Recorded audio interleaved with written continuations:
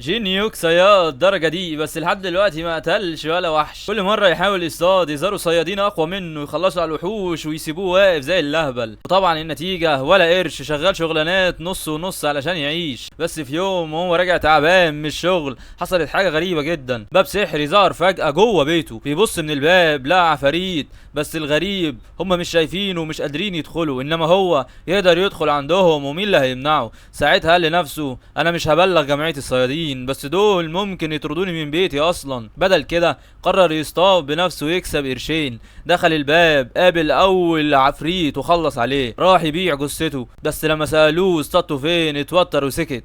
الراجل قال له ده قانون، لازم تقول اصطادته منين. وفجأة واحد شده من هدومه واتهمه انه بيصطاد في منطقته وبواباته. بس صاحب المحل قال حتى هو مش صياد، وابتدت خناقة. جين يوك شاف كل ده وقال لا انا محتاج اطور نفسي الاول، وساب جثة العفريت ومشي، وقرر انه يصطاد من سكات.